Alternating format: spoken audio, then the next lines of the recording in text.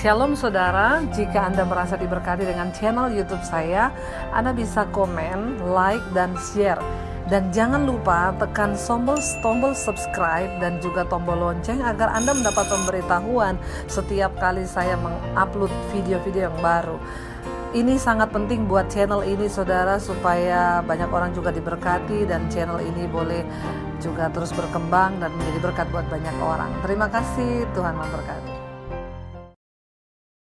Terima kasih Bapak, di hari pertama di tahun 2023 kami boleh beribadah, kami boleh masuk dalam hadirat Tuhan.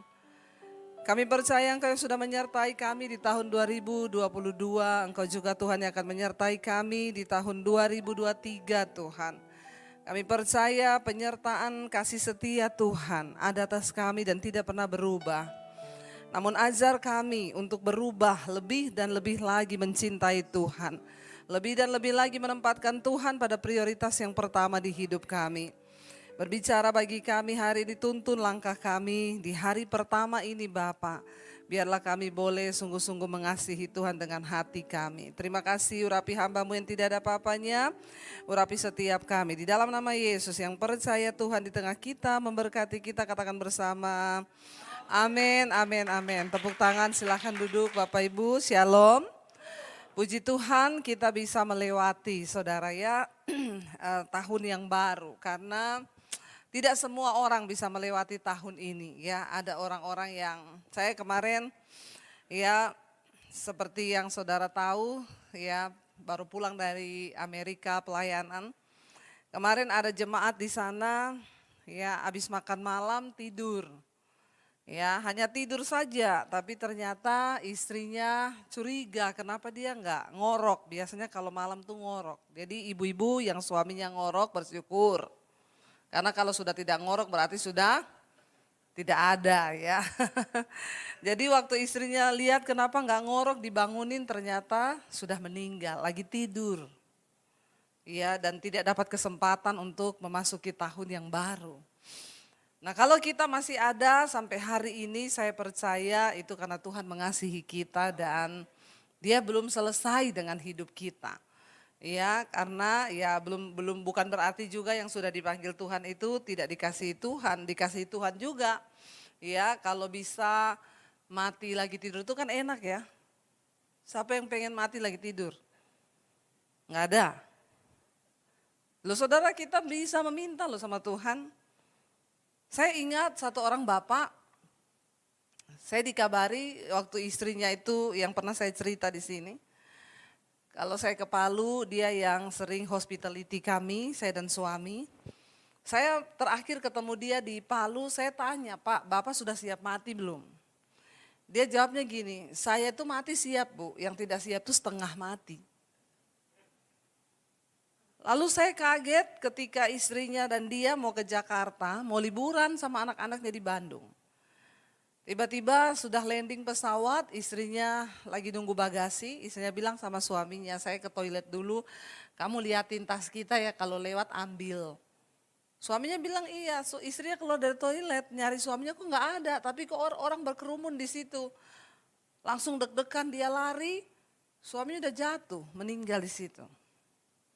Tapi saya bilang sama istrinya, waduh berarti waktu saya tanya dulu sama Bapak, ya jawabannya benar loh Bu. Dia bilang saya siap mati Bu, yang gak siap itu setengah mati. Kita boleh meminta, saya juga bilang Tuhan kalau bisa saya mati lagi doa atau lagi tidur. Ya biar enggak setengah, karena ada orang sakit tapi enggak mati. Ini kok baru tanggal 1 udah bicara mati-mati ya? Gak apa-apa kan? Seorang yang kena cancer stadium 4 telepon saya. Sambil nangis, Bu Debbie doakan saya, kenapa saya divonis dokter umur saya tinggal 6 bulan. Saya kena cancer stadium akhir. Terus dia bilang, berarti saya sekarang harus mempersiapkan kematian ya Bu. Terus saya bilang sama dia, kamu setelah divonis dokter tinggal 6 bulan baru mau mempersiapkan kematian. Jangankan kamu, saya tiap hari mempersiapkan kematian. Bukan orang yang divonis dokter tinggal umur 6 bulan yang mempersiapkan diri untuk kematian. Saya bilang orang sehat belum tentu lebih dulu mati siapa. Kamu divonis 6 bulan. Ada orang gak sakit, gak divonis apa-apa. Lagi tidur tiba-tiba dipanggil Tuhan. Jadi hidup ini kita gak bisa sombong. Saya bilang, ya kamu divonis dokter tinggal 6 bulan terus sekarang siap-siap mati. Loh jangankan kamu. Saya aja yang gak divonis dokter sekarang siap-siap mati. Bapak Ibu siap mati gak? Ya harus siap-siap, nggak tahu matinya kapan, tapi kita harus siap. Lebih baik siap daripada tidak siap, ya. Mari kita masuki tahun yang baru dengan pemikiran yang baru pula. Nah, hari ini tema firman Tuhan adalah hidup berfokus kepada Yesus. Saudara, yang namanya berfokus itu ya harus fokus. Kayak saya pagi ini tidak fokus. Kenapa tidak fokus? Karena ya saya tuh sejak pulang dari Amerika tuh tidur jet lag saudara. Tadi pagi ini saya tidur jam 4 pagi. Cuma 2,5 jam saya tidur. Sudah minum obat untuk tidur, saya nggak pernah minum obat tidur kan. Awal-awalnya pulang minum, kita sampai di sana minum obat tidur. Supaya siang kita bangun malam bisa tidur. Karena kan waktu datang di sana juga jet lag kan. Jadi saya dikasih obat tidur, akhirnya udah terbiasa. Begitu pulang ke sini lumayan kan 5 minggu saudara. Pulang ke sini terbalik lagi. Jadi saya minum obat tidur. Nah tadi malam itu nggak ngefek apa-apa obat tidurnya. Nggak ngantuk-ngantuk. Saya tunggu-tunggu kapan ngantuknya. Saya udah terapi napas. Tidak ngantuk juga ya. Sama sama suami malah lapar tengah malam. Jadi pagi-pagi mungkin nggak fokus, saya keluar rumah, saya bilang suami, cepet-cepet udah mau telat loh, ayo di mana jadwal kamu yang pertama? Robinson jam 9. Jadi saya tadi ke Robinson. Karena tidak fokus. Ya, sampai di sana, Pak jadwal saya, ibu kan ibu hari ini yang khotbah di sini, ibu nanti jam 11 siang di sini. Terus saya di mana? Di mana ya? Kayaknya Gading Serpong. Saya udah mau menuju ke Gading Serpong. Saya WA penjadwalannya, Bu, Ibu karena memang ada beberapa perubahan. Harusnya hari ini saya khotbah 5 kali. Tapi kemarin saya minta untuk di cancel yang 2. Saya minta 3 aja karena ya nanti saya udah di atas jam 3 itu ngantuk sekali saudara. Itu nggak bisa dibendung lagi. Ya jadi fokus itu penting ya. Kalau nggak fokus salah jalan. Ya, kita juga jadi orang Kristen harus fokus karena kalau enggak ya nyaman-nyaman terus kita enggak tahu apa yang terjadi dengan zaman ini. Nah hari ini tema firman Tuhan adalah hidup yang berfokus kepada Kristus. Kita ini selama ini ikut Tuhan fokusnya kemana saudara? Berkat? Atau kepada hidup kita atau kepada Yesus? Ya, kalau ditanya memang semua jawabnya Yesus. Padahal kalau doa mintanya apa? Ya, berkat. Ya, biarlah kita bilang Tuhan, tahun ini saya bilang, ya, pesan saya untuk memasuki tahun yang baru tadi malam saya sampaikan di mesbah doa. Jangan sesali yang belum Anda raih di tahun kemarin, tapi syukuri apa yang sudah Tuhan beri. Terus untuk memasuki tahun ini jangan datang kepada Tuhan dengan lembaran proposal yang kita sudah tulis, Tuhan. Nih ya proposal saya ya, 1 tahun ini pengen punya rumah, 2 tahun ini ya punya deposit, tahun ini pengen ini, lalu kita bawa sama Tuhan suruh Tuhan tanda tangan. Tahun ini kita masuki bawa kertas kosong sama Tuhan, amin.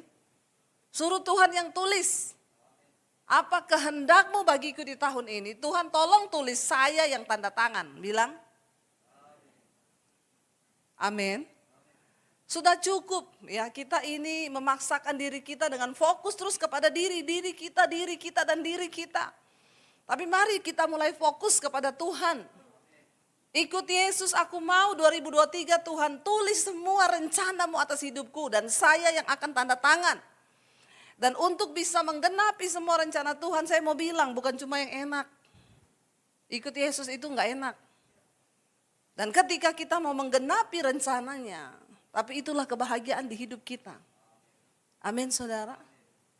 Ya tidak ada yang mengerti apa yang mau Tuhan buat. Tapi mari tahun ini kita mau fokus dengan Yesus. Buka bersama Filipi pasal yang ketiga. Filipi pasal yang ketiga, kalau kita baca di sini saudara, ini kisahnya Rasul Paulus. Dia tulis tentang kebenaran yang sejati. Jadi dia di sana berkata,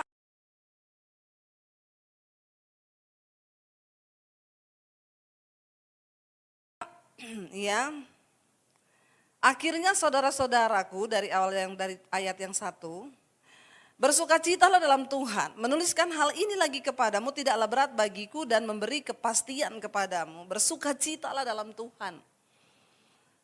Hati-hatilah terhadap anjing-anjing, hati-hatilah terhadap pekerja-pekerja yang jahat, hati-hatilah terhadap penyunat-penyunat palsu. Ya, karena kitalah orang-orang bersunat yang beribadah oleh Roh Allah yang bermegah dalam Kristus Yesus dan tidak menaruh percaya pada hal-hal lahiriah. Pada waktu itu banyak pengajaran-pengajaran palsu yang muncul, ya, dan mengajarkan hal-hal yang ya secara lahiriah yang kelihatannya ya ini Rasul Paulus sedang menulis tentang orang-orang Farisi, di mana mereka berpikir karena mereka melakukan kegiatan secara lahiriah dan mereka sudah berkenan kepada Allah. Rasul Paulus berkata begini ayat 4, sekalipun aku juga ada alasan untuk menaruh percaya pada hal-hal lahiriah. Jika ada orang lain menyangka dapat menaruh percaya pada hal-hal lahiriah itu, aku lebih lagi, kata Rasul Paulus. Kenapa? Alasannya dikatakan di sana, ya. Dia bilang di sana apa? Aku lebih lagi. Ayat yang kelima, ya. Disunat pada hari yang ke-8. Ini aturan dari Yahudi. Dari bangsa Israel, ya. Kurang apa Rasul Paulus ini? Dia disunat pada hari yang ke-8. Dari bangsa Israel, dari suku Benyamin, suku pilihan.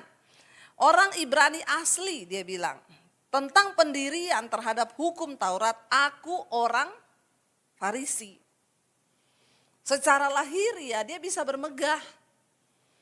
Lalu ayat yang ke-6 dikatakan di sana, tentang kegiatan aku ini penganiaya jemaat. Karena di ajaran yang diajarkan kepada mereka di Farisi, ya, kalau mereka bunuh orang-orang yang percaya pada Yesus itu mereka dapat upah. Berbuat bakti kepada Allahnya. Itu yang terjadi hari-hari ini. Banyak orang berpikir dengan menganiaya orang Kristen mereka tuh dapat pahala. Jadi ternyata sudah dari sananya Rasul Paulus berkata tentang kegiatan aku ini penganiaya jemaat, dia bangga. Ya, orang Farisi disunat hari yang ke-8. Dari Ibrani, dari suku Benyamin. Ya, dan dikatakan di sana tentang kebenaran dalam mentaati hukum Taurat, aku tidak bercacat. Ya, luar biasa saudara, tidak bercacat dia dalam hal hukum Taurat. Hukum Taurat itu susah enggak? Susah. Lalu dikatakan di sana, tetapi ayat yang ke-7 dia bilang, nah sekarang ketika dia menerima Yesus, baca bersama, tetapi apa yang dahulu merupakan keuntungan bagiku, sekarang kuanggap rugi karena Kristus. Jadi dulu dia berbangga, aku ini orang Farisi disunat hari yang ke-8 dari suku Ibrani asli, suku Benyamin. Ya, aku ini penganiaya jemaat, soal hukum Taurat tidak bercacat. Ternyata apa yang dulunya menjadi kebanggaannya, sekarang ketika dia mengenal Yesus, semua itu kuanggap rugi karena Kristus. Saudara perhatikan baik-baik, engkau tidak akan mungkin bisa hidup berfokus pada Tuhan kalau engkau tidak menganggap yang lainnya itu rugi. Amin. Dulu bagi saya menikmati hidup, ya, ke nightclub, ya, melakukan dosa itu untung. Bagi saya dulu melakukan hal-hal kedagingan itu untung. Tapi ketika saya mengenal Kristus dan kebenarannya, apa yang dulu merupakan keuntungan bagiku, sekarang kuanggap rugi. Dulu saya kalau keluar malam bisa pulang jam 2, tapi waktu saya mengenal Yesus, satu hari 6-7 jam saya baca Alkitab. Kalau engkau tidak menganggap rugi dosamu, kalau engkau tidak menganggap rugi hal-hal yang menjadi kebanggaanmu, maka engkau tidak mungkin bisa hidup berfokus kepada Yesus. Mari kita mulai menganggap rugi. Ya, yang dulu tahun lalu merokok, anggap sekarang merokok itu rugi, katakan. Amin. Ya, segala hal yang berbau dosa kita anggap kerugian. Ya, supaya kita bisa berkenan kepada Tuhan. Dulu waktu-waktu kita habiskan untuk hal-hal yang lain. Mari kita mulai anggap itu kerugian. Mulai fokus kepada Yesus. Saya tuh kemarin dapat telepon dari seorang ibu, Bu Debi. Saya tuh mau bersyukur, Bu, saya menjadi Kristen puluhan tahun. Tapi saya baru mengerti bagaimana menjadi Kristen yang benar sejak saya dengerin khotbah-khotbah ibu. Ternyata banyak hal yang saya dan suami lakukan tuh yang tidak berkenan sama Tuhan. Tapi kita tuh nggak tahu, kita anggap itu baik selama ini. Nah jadi awalnya saya tuh dikirimin teman saya khotbah ibu, tapi saya nggak pernah buka. Sampai satu saat saya penasaran juga karena dia nggak pernah menyerah. Pokoknya dia kirimin terus mesbah doa, ada khotbah ibu yang bagus dia kirim, denger ini, denger ini. Satu kali saya klik khotbah ibu, waduh saya dijamah Tuhan, Bu. Dari situ saya pulang, saya dengerin khotbah ibu itu sehari bisa 4-5 jam. Sampai pulang kantor tuh saya di kamar udah putar khotbah ibu. Suami saya tuh gini, apa sih tiap hari loh dengerin itu terus Debbie Basir. Tapi satu kali suaminya juga ikut denger di kamar. Dia bilang bener juga ini khotbah. Dia bilang ibu tahu sekarang saya dan suami. Ya tiap hari dengerin khotbah ibu. Kami bertumbuh banyak. Apa yang dulu merupakan keuntungan bagi kami. Sekarang kami anggap rugi, Bu. Sekarang kami lebih banyak waktu fokus untuk bertumbuh kepada iman. Ada begitu banyak hal yang Tuhan ubahkan dari hidup kami. Dulu kalau ada masalah kami salahkan Tuhan, kami saling menyalahkan suami istri, kami ribut. Tapi sekarang Bu, kalau ada masalah kami bersyukur kepada Tuhan. Dan kami percaya Tuhan, kami percaya setelah melewati masalah ini Tuhan akan bawa kami naik ke level yang berikutnya. Saudara, waktu engkau mulai berfokus kepada firman, maka Tuhan akan mulai membukakan.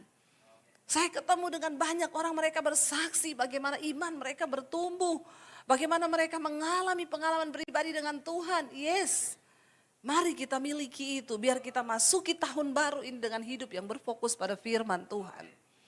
Ya sudah cukup lama saudara, kita membuang waktu percuma. Dan Rasul Paulus berkata, ya apa yang dulu merupakan keuntungan bagiku, kuanggap rugi karena pengenalan akan Kristus Yesus Tuhanku. Itu lebih mulia daripada semuanya. Oleh karena dialah, aku telah melepaskan semuanya itu dan menganggapnya sampah supaya aku memperoleh Kristus. Kalau engkau tidak menganggap itu semua sampah, apa yang menjadi kebanggaan kita? Buang itu semua, sampah itu. Mari kita mengejar apa yang berkenan kepada Tuhan. Kalau kita tidak menganggap itu rugi dan itu sampah, engkau tidak akan memperoleh Kristus. Ayo kita peroleh Kristus, karena banyak orang Kristen tidak memperoleh Kristus saudara dalam hidupnya. Cuma jadi Kristen putar-putar di padang gurun, gak pernah melihat janji Tuhan digenapi. Kenapa? Karena ada begitu banyak hal yang tidak mau dibaharui dalam hati mereka. Tahun ini buang kepahitan, buang kekecewaan. Kalaupun kita ditegur keras, terima itu sebagai satu didikan bagi kita. Supaya iman kita semakin bangkit, supaya iman kita semakin teguh di dalam Dia. Ya terima semua itu, jangan lagi kepahitan, tersinggung. Udah saudara, buang itu jauh-jauh supaya kita bertumbuh dan memperoleh Kristus. Kalau tahun lalu kita banyak tersinggung, diomongin dikit luka, diomongin dikit marah. Maka tahun ini gesekan pasti ada, tapi setelah itu sudahlah biasa aja. Gak usah kepahitan, gak usah marah. Ayo kita mulai berfokus kepada Kristus supaya kita memperoleh Kristus. Jangan sampai tahun ini engkau tidak memperoleh Kristus.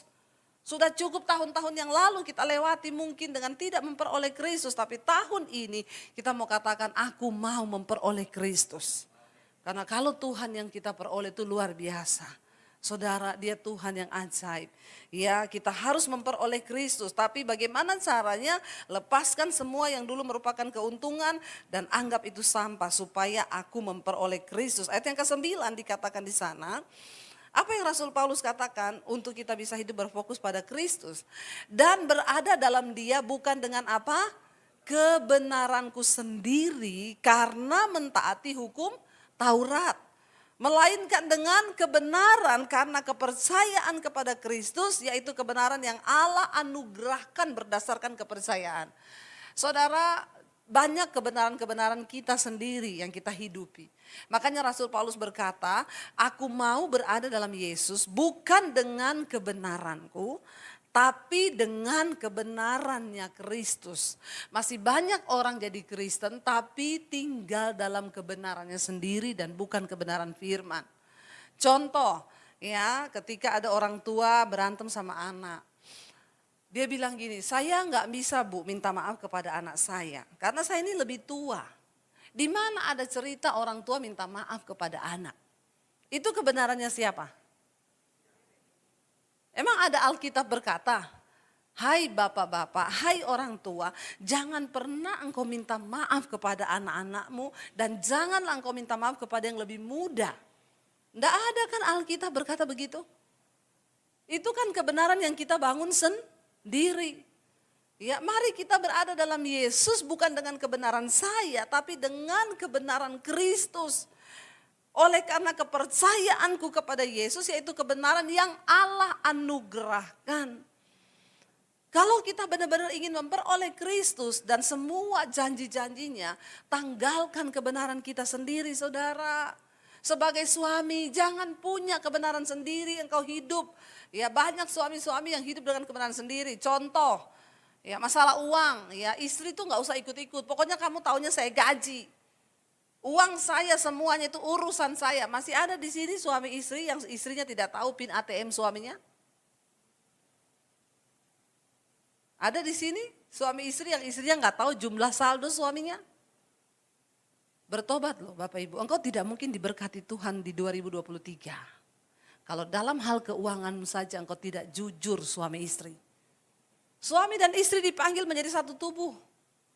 Ada loh Bapak Ibu, ya. Ibu-ibu yang suaminya meninggal, bingung dia mau urus pemakaman gak punya uang. Saya tanya, kenapa ibu gak punya uang? Masa suami gak punya uang? Karena saya tahu suaminya kaya. Dia bilang, masalahnya saya gak tahu PIN ATM-nya Bu. Jadi ini mau ambil uang untuk penguburan, saya gak tahu PIN ATM-nya, ada sih di dompetnya. Suaminya udah mati masa mau ditanyai, Pak, PIN ATM-mu berapa? Ngeri sekali enggak saudara? Akhirnya tuh harus diselesaikan di depan bank, tidak semudah itu. Harus panggil pengacara, ada polisi di depan. Harus disaksikan secara hukum untuk buka PIN ATM. Mari kita berada dalam Yesus dengan kebenaran Kristus. Suami istri kalau engkau ingin melihat rumah tanggamu diberkati tahun depan, engkau harus jujur pertama dalam hal keuangan. Jangan berdiri dengan kebenaranmu sendiri bapak-bapak, katakan amin. Ya, coba yang datang suami istri lirik-lirikan dan bilang, kita harus saling tahu ya. Jangan ada dusta di antara kita. Ya, jangan simpan sendiri uangmu. Bapak, engkau tidak akan diberkati Tuhan loh. Saya sama suami, ya suami saya bawa ATM-nya. Saya pegang laporan mobile bankingnya. Jadi bawa aja ATM. Kalau dia gesek kan saya bisa lihat nih keluar buat apa. Kita harus saling percaya dalam hal keuangan dimulai. Ayo kita berdiri atas kebenaran Tuhan. Ya karena Yesus berkata kalau orang tidak jujur dalam hal mamon, maka dia nggak jujur dalam segala hal. Kenapa? Karena di dunia ini yang orang cari nomor satu itu kalau dia nggak kenal Tuhan, dia cari mamon. Kalau dia kenal Tuhan, dia cari Tuhan. Yang aku kenal Tuhan aja masih banyak yang menomorsatukan mamon, apalagi yang nggak kenal Tuhan. Makanya Yesus mensejajarkan dirinya dengan mamon. Dia bilang engkau tidak bisa mengabdi pada dua Tuhan. Engkau nggak bisa menyembah pada Allah dan pada mamon. Karena engkau akan mengasihi yang satu dan membenci yang lain. Satu-satunya hal yang Yesus sejajarkan dirinya adalah mamon. Ayo jangan kita berdiri dengan kebenaran kita sendiri. Dalam hal uang, saya nggak tahu kenapa saya sampaikan hal uang dulu ini di sini. Ya, mungkin banyak yang masih belum saling tahu ini suami istri. Ya, ayo Bapak Ibu pulang dari sini kasih tahu PIN ATM-nya berapa. Kasih lihat jumlah saldomu berapa. Enggak usah ada dusta di antara kita. Ya, jangan dengan kebenaran sendiri karena suami berpikir kan yang kerja itu saya. Kebenarannya adalah kamu digaji ya udah kamu pokoknya setiap bulan saya gaji. Ayo doakan keuanganmu bersama-sama. Saldo kita segini, ayo kita berdoa. Biar Tuhan juga menuntun kita dengan kebenarannya. Uang ini kita pakai buat apa, uang ini kita seperti apa mengelolanya. Kita berdua bersama-sama. Karena Tuhan berkata, firman-Nya berkata, berbahagialah orang yang bersepakat. Ya, bersehati sepakat. Dia jika ada 2 orang di dunia ini bersehati sepakat, Tuhan bilang, maka aku akan mencurahkan berkat-Ku dalam kehidupan mereka. Saya berdoa kita memiliki kebenaran Kristus ya. Ayat yang ke-9, ya berada dalam Dia bukan dengan kebenaranku sendiri karena mentaati hukum Taurat, melainkan dengan kebenaran karena kepercayaan kepada Kristus, yaitu karena kebenaran yang Allah anugerahkan berdasarkan kepercayaan. Ayat 10 baca bersama, yang ku kehendaki ialah mengenal Dia dan kuasa kebangkitannya dan persekutuan dalam penderitaannya, di mana aku menjadi serupa dengan Dia dalam kematiannya. Mari kita percaya di dalam Yesus ada kebangkitan ya dan persekutuan di dalam penderitaannya karena kita dipanggil ya. Haleluya. Karena kita ini dipanggil bukan hanya untuk percaya pada Yesus tapi juga untuk menderita. Ingat itu saudara, kita nggak dipanggil hanya untuk menerima mujizat, tapi kita dipanggil untuk menderita. Dalam penderitaannya di mana aku menjadi serupa dengan Dia. Semakin kita diizinkan ada penderitaan, semakin kita menjadi seperti Yesus. Makanya jangan benci dengan penderitaan. Tuhan itu Tuhan yang mencintai proses, tapi sayang manusia tidak mau diproses. Ya, semakin kita menderita, semakin kita menjadi serupa dengan Yesus. Karena itu saya berdoa Tuhan, biar anak-anak-Mu juga diizinkan menderita. Enak aja tahun baru langsung didoakan biar enggak menderita. Enggak apa-apa, aku menderita itu baik bagiku kata pemazmur. Supaya aku belajar ketetapan-ketetapan Tuhan. Saya bukan pendeta yang mau kasih janji-janji palsu sama saudara. Saudara ikut Yesus itu pasti menderita. Makanya Rasul Paulus berkata, yang aku kehendaki mengenal Yesus. Bukan cuma mengenal Dia, mengenal kuasa kebangkitannya dan juga masuk dalam persekutuan di dalam penderitaannya. Ini satu paket. Waktu kita mengenal Yesus, apa yang kita pelajari dari Yesus? Kita mengenal Dia, kuasa kebangkitannya dan juga persekutuan dalam penderitaan. Ini satu paket, ikut Yesus gak mungkin gak menderita. Justru kalau saudara gak menderita itu jadi pertanyaan bagi saya. Karena orang yang sungguh-sungguh ikut Yesus pasti akan menderita. Kenapa menderita? Dijahati gak boleh balas, menderita gak? Yes. Difitnah gak boleh balas. Itu menderita saudara. Ya. Orang utang gak boleh nagih. Amin. Ada yang masih nagih-nagih utang di sini? Capcay deh. Makanya kalau orang berutang, jangan dikasih. Artinya kasih aja sesuai kemampuanmu. Supaya engkau tidak menagih. Supaya enggak sakit hati. Ya, jadi mari kita jangan menderita karena hal-hal yang begitu. Banyak yang datang sama saya kecewa Bu sama dia.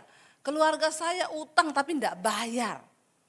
Utangnya berapa? 100 juta. Ibu kasih semua 100 juta, iya itu salahnya ibu. Orang pinjam 100 juta.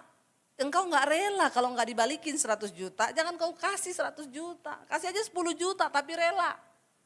Amin. Karena orang utang itu lebih cenderung dia bayar atau tidak. Lebih cenderung tidak kan? Jadi lebih baik relakan. Jangan dikasih 100 juta. Kasih aja 10 nih tapi kamu enggak usah utang. Ini tak kasih, ambil aja enggak usah ganti. Supaya kita enggak banyak menderita karena hal-hal yang bukan karena Yesus. Mari saudara, tahun depan kita lebih bijaksana ya. Kita lebih punya kebenaran-kebenaran yang kita hidupi supaya hidup ini enggak menderita. Sebenarnya Alkitab sudah mengatur semua itu supaya hidup kita ini tidak menderita. Lalu ayat yang berikutnya dikatakan, ayat yang ke-11. Supaya aku akhirnya beroleh kebangkitan dari antara orang mati. Kalau kita bersekutu dalam penderitaannya, maka kita akan mengalami kebangkitan dari antara orang mati. Hanya orang-orang yang sudah mengalami penderitaan bersama Yesus, mereka akan dibangkitkan. Ayat 12 berkata, bukan seolah-olah aku telah memperoleh hal ini atau telah sempurna, melainkan apa? Aku mengejarnya, ini yang namanya fokus. Rasul Paulus bilang, aku juga belum sempurna dalam pengenalanku kepada Yesus. Tetapi ini yang aku lakukan, ya Bukan aku ini sudah memperoleh semuanya atau sudah sempurna, melainkan dikatakan aku mengejarnya. Kalau aku dapat juga menangkapnya, karena aku pun telah ditangkap oleh Kristus Yesus. Kejar pengenalan yang benar akan Tuhan. Tahun ini mari kita memulai hari ini dengan berkata, Tuhan, aku akan mengejar Kristus itu dalam hidupku. Aku ingin mengejar pengenalan akan Yesus dalam hidupku karena aku sudah ditangkap oleh Kristus. Lalu ayat yang ke-13, ini ayat tema kita hari ini. Baca bersama. Saudara-saudara, aku sendiri tidak menganggap bahwa aku telah menangkapnya. Tetapi ini yang aku lakukan. Aku melupakan apa yang telah di belakangku dan mengarahkan diri kepada apa yang di hadapanku. Tinggalkan tahun 2022 dengan segala kenangan. Tapi Bu, keluarga saya masih punya utang sama saya. Lupakan. Bilang amin. Kalau Anda mau bahagia hidupmu, sudah tinggalkan saja semua kenangan di 2022. Termasuk kenangan akan orang yang utang kepada saudara. Memulai sesuatu dengan yang baru. Ambil hikmahnya, jangan kasih pinjam orang uang kalau hatimu tidak rela. Lupakan semua yang ada di belakang. Mungkin saudara pernah jatuh dalam dosa. Tuhan, aku mau lupakan. Sekarang aku mau mengarahkan diriku. Aku melupakan yang di belakang dan mengarahkan diri pada apa yang dihadapan 2023 di depan kita. Mari kita arahkan diri untuk hidup yang baru. Katakan amin. Ya, lupakan yang di belakang. Yang punya selingkuhan di tahun 2022, enggak usah angkat tangan di sini. Ya, tinggalkan. Maaf, ya saya mau mengarahkan diri kepada Kristus. Saya mau tinggalkan dosa, yang merokok, yang melakukan hal-hal yang tidak berkenan sama Tuhan. Mungkin yang homo, yang lesbi. Ayo melangkah, tinggalkan dosa-dosa kita di tahun lalu. Dan katakan aku mau fokus ke depan, mengejar perkenanan Tuhan. Ya, tinggalkan semua keinginan-keinginan dunia dan kita arahkan diri kita. Saya berkata, Tuhan 2023 aku ingin melakukan apa yang menjadi kehendak-Mu bagi hidupku. Karena saya tahu waktu ini sedang dipersingkat. Kita tidak punya lagi banyak waktu. Aku hanya mau hidup bagi kehendak Tuhan saja. Sudah enggak punya mimpi. Ya, sudah mengalir aja bersama Tuhan. Aku mau hidupku lebih berdampak lagi bagi banyak orang Tuhan. Pakai hidupku Tuhan untuk menjadi berkat. Lalu kemudian dikatakan di sana ayat yang ke-14 kita baca bersama. Dan apa? Berlari-lari kepada tujuan untuk memperoleh hadiah, yaitu panggilan surgawi dari Allah dalam Kristus Yesus. Orang itu kalau fokus dia berlari-lari. Saudara, kemarin saya lihat satu tayangan lucu. Ya, ketika ada lomba lari cepat, ya 100 meter. Yang disoroti itu bukan pelarinya, tapi kameramennya. Saudara tahu itu kameramen berlari, dia bawa kamera gede. Dia mendahului para pelarinya. Karena dia fokus, dia harus dapat berita. Jadi saudara itu di shoot ya saudara dari jauh, itu kan lari 100 meter, lari cepat. Itu kameramennya lari di depan pelarinya tuh sambil bawa kamera, larinya kenceng banget. Kenapa? Karena dia fokus pada pekerjaannya. Sampai semua ngomong harusnya yang dapat medali emas itu kameramennya loh. Dia lebih dari pemenang. Kenapa? Dia lari sambil bawa kamera gede mendahului para pelari karena dia harus ambil video. Wah itu luar biasa, itu dikatakan berlari kepada tujuan, dia punya tujuan. Tujuannya apa? Aku harus dapat video dari jarak dekat dan aku harus mendahului pelari itu. Kayaknya setelah itu dia langsung dicalonkan jadi pelari cepat juga deh ya. Kalau saya pikir-pikir ditemukan bakat baru. Jangan jadi kameramen lagi kamu, jadi pelari cepat aja. Wih itu saya lihat lebih hebat dia loh bawa kamera gede. Pelari kan cuma lari tok begitu. Wah itu dari awal start dia lari. Yang namanya berlari pada tujuan untuk memperoleh hadiah itu begitu. Fokus kepada apa yang di depanmu. Hadiahnya apa? Hidup yang kekal. Panggilan surgawi. Ya di dalam Allah yaitu Yesus Kristus Tuhan. Mari saudara kita semua akan mengakhiri hidup. Gak tahu kapan. Ya saya itu bersyukur kemarin saya pelayanan di Amerika itu. Saudara bayangkan saya lihat ya. Di peta itu. Kita itu menjelajah separuh bumi loh. Ya saya lihat jarak penerbangannya itu saudara. Di Amerika kami stay-nya di Philadelphia, tapi dari situ saya pelayanan ke beberapa state, ke Atlanta, ke Colorado itu penerbangannya hampir 6 jam. Ya. Dan aduh, saya baru kali itu namanya kena badai salju, Saudara. Ternyata badai salju itu hebat sekali. Ya, kita di Indonesia berpikir salju itu enak, tapi orang di sana itu kalau sudah salju itu tersiksa, mobil ketutup, semua ketutup. Kami dari Colorado ke Aspen itu waktu pergi 2,5 jam. Udah nyampe, pas pulang 10,5 jam di jalan karena kena badai salju. Saudara, saya baru kali itu lihat di samping saya itu salju sudah 1 meter lebih tingginya. Ya, lalu mobil itu kacanya nggak bisa dibersihin karena sudah beku semua. Di tengah salju yang turun begitu deras, angin yang kencang dingin tuh harus turun orangnya bersihin kaca depan. Ya, bersihin wipernya itu supaya bisa muter. Baru jalan 5 menit udah beku lagi. Nggak bisa lagi diginiin. Saya tuh bertanya, saya bilang sama suami saya, ini mobil kalau habis bensin, dan di sana itu nggak kayak di sini, setiap 10 kilo ada rest area. Lah di sana itu kan pegunungan, yang ada tuh kita turun ada beruang es. Saya bilang sama suami, ini orang kalau habis bensin dalam mobil, ya apa yang terjadi ya di tengah badai begini. 10,5 jam kita nggak bisa turun. Ada toilet pemberhentian, berhenti, bensinnya tutup, toiletnya juga nggak ada. Waduh, saya tuh baru saya doa bahasa roh, Saudara. Tuhan, tolong Tuhan. Lagi di perjalanan badai salju begitu dapat kabar WA, semua penerbangan cancel. Tiket saya besok harus terbang ke Philadelphia, ada jadwal pelayanan 24, 25 Natal dan 26 kami harus balik ke Indonesia. Kalau saya nggak jadi terbang hari itu 4.000 penerbangan di Amerika cancel. Saya berdoa, tiba-tiba saljunya berhenti, badainya berhenti, kita bisa turun. Lalu dia bilang, doa ya Bu supaya tidak jadi black ice jalannya. Kalau black ice itu mobil nggak bisa jalan, melorot, meluncur terus nggak bisa ngerem. Saya berdoa, habis itu pas kita lepas dari area pegunungan itu, jalannya ditutup, semua diblok. Jadi yang turun gak bisa turun, yang naik gak bisa naik. Saya baca berita besoknya 36 orang tewas di tengah badai salju. Terkurung Saudara di dalam es. Waduh, saya bilang Tuhan terima kasih. Kami akhirnya mau pulang gak ada penerbangan. Saya bilang tolong cari tiket yang paling cepat Pak. Yang langsung aja ke Philadelphia. Ada Bu, ini tiketnya 1 orang 7,5 juta. Kita berlima. Ya mau bagaimana daripada kita gak bisa pulang juga ke Indonesia. Beli aja beli. Akhirnya besok kami ke bandara. Penerbangan di situ jadwalnya kan penuh. Saya lihat satu-satu, ting, cancel, badai. Penerbangan ke Philadelphia cuma ada 2 pesawat.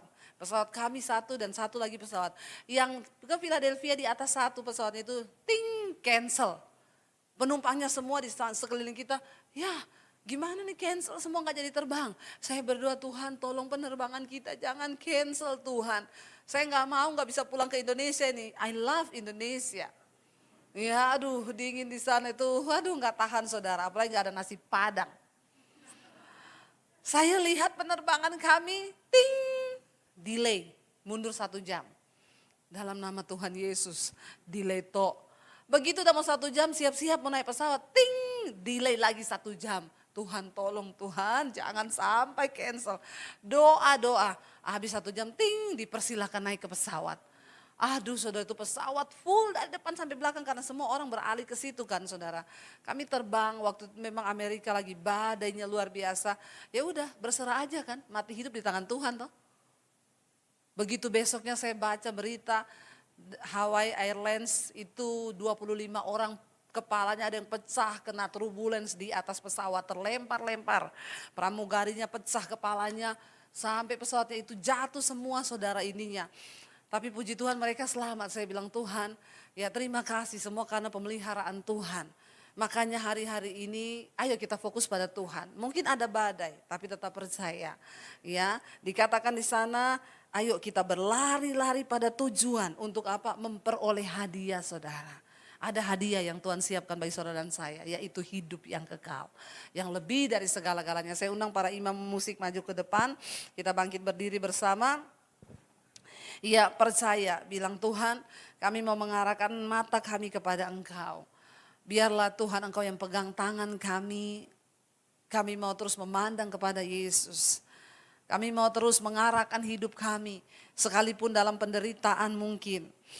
Kita angkat pujian, Yesus pegang erat tanganku. Kami tidak bisa hidup tanpa anugerah-Mu dalam hidup kami.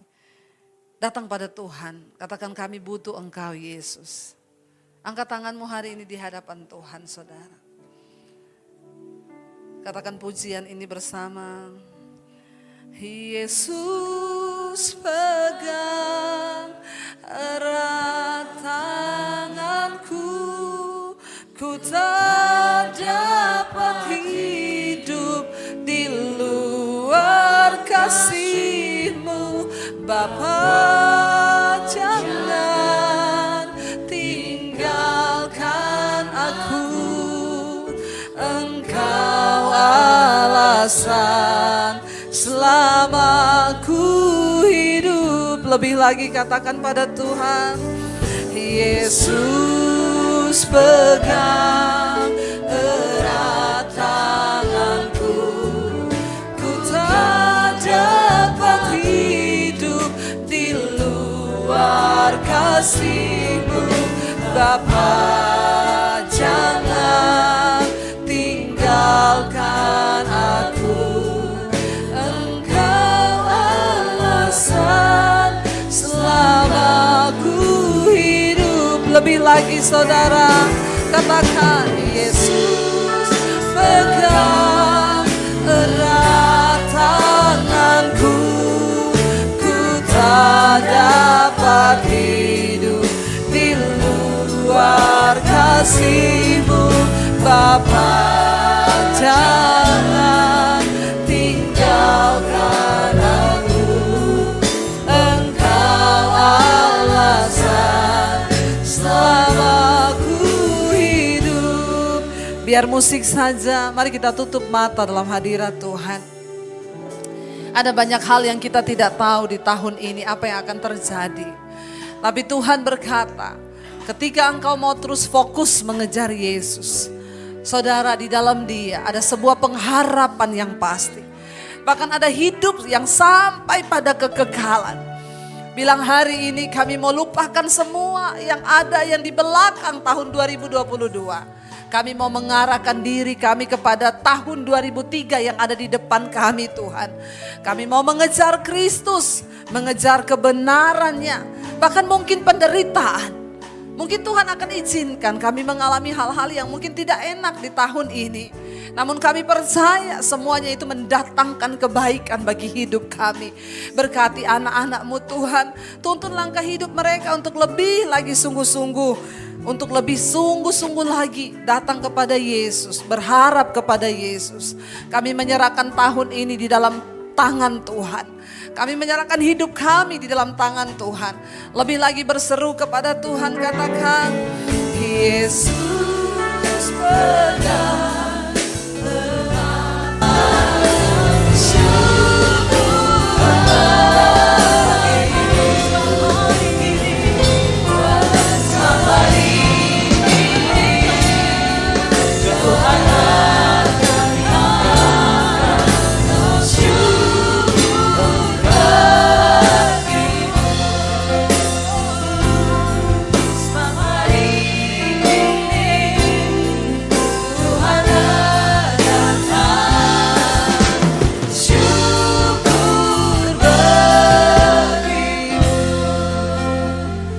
segala pujian syukur kami naikkan bagi Engkau Tuhan. Kami boleh memasuki 2023 bersama dengan Engkau.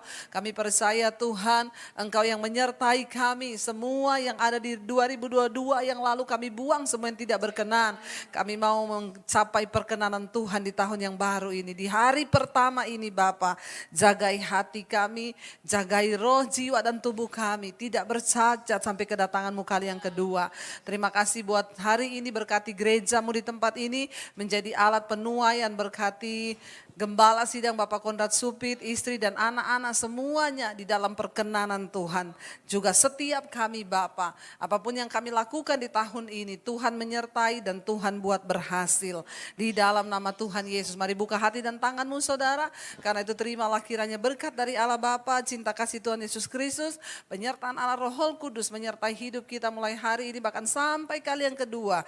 Tuhan Yesus datang menjemput kita, nama kita tercatat di dalam kitab kehidupan. Dalam nama Tuhan Yesus yang percaya